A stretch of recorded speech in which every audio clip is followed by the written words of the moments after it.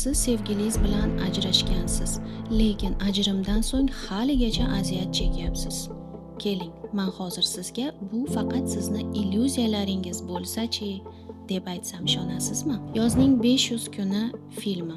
Bu bir yigitning muhabbati haqidagi hikoyadir. U o'zining sevganini topganiga mutlaqo ishongandi.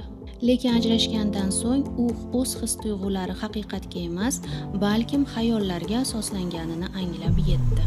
Ko'pincha ayol va erkaklar ajrashgandan so'ng ular bir-birlarini ideallashtirishadi va hayotda bir-biriga bergan azoblari qanday bo'lganligini unutib qo'yishadi. Shuning uchun ko'proq ayriliqdan azob chekishadi.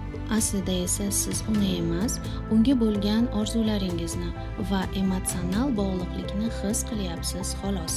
Agar azoblaringiz tugashini istasangiz, siz aniq anglab yetishingiz kerak, siz nimaga yopishib olganingizni.